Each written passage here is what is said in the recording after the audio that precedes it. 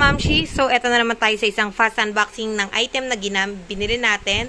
So lately, gumagawa ako ng mga DIY and nasira ang aking impact drill. So what I did is, para mabilis, umorder ako sa Shopee. Pero to my dismay, I ordered this March 16th and I paid via Shopee Pay para mas mabilis and no hassle. But ngayon lang na March 25th dumating. So, sana it's worth the wait, pero bad trip pa rin. Ang tagal, kala mo overseas. Imagine mo 16 plus 4 days. 9 days inabot, grabe. Ilang beses pa ako nag-follow up nun guys sa customer service. I got this for 1,000. Nagtanong ako sa kanila, I have Mitsushi drill. Tatanungin nyo guys kung ilang watts ang bibili nyo. Dahil yung isa kong Mitsushi drill na binili, walang nabubutas, kundi, ewan ko kung ano nabubutas nun. So, eto, nagtanong ako sa kanila sa customer service mismo ng Mitsushi.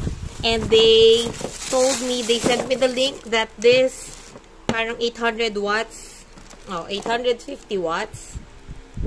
And pwede siya sa wall, sa concrete wall. And that's what I need. Kailangan ko ng para sa concrete wall ko kasi nasira ang aking drill na Black & Decker.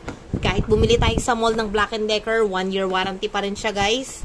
So kung sakaling magkaka-problem siya and masira, problema pa rin siya. So eto, naisipan kong bumili na lang itong Mitsushi na to. I won't be using this everyday naman. Okay, so what's inside the box? There's a plastic case na merong mga,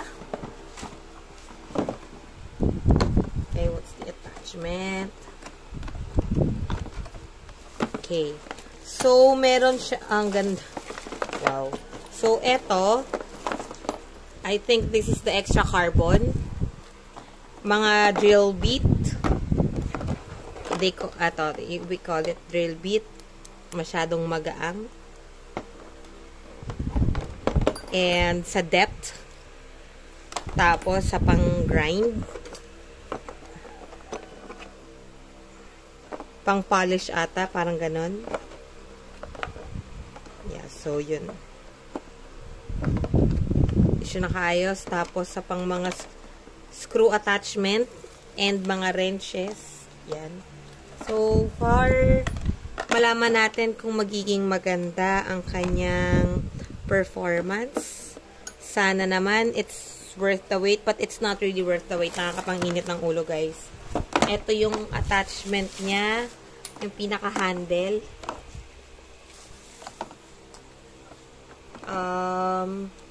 So for plastic, parang medyo mura tingnan, pero may rubber grip dito. Ito daw yung para sa kung pangpalakas or pambababa. So, let's try na isaksak para mabilis nating matest. And i-video din natin mamaya yung kapag binabarena na natin siya sa pader ko sa taas.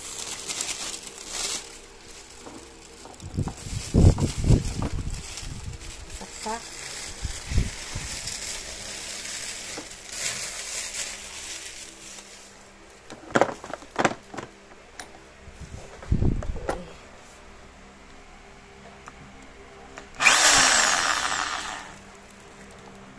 Unang gamit, amoy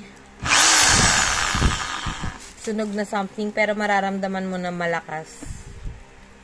Sana, malakas talaga. Hindi siya gaya nung sa yung ramdam kong power ng Black & Decker, pero yun. Sana maging maayos naman siya so far. So, I'll try later. So, don't forget to like, share, and subscribe, guys. Ang model nito ay yan, XH13A. So, mga kamamshis, don't forget to like, share, and subscribe. Salamat sa panonood!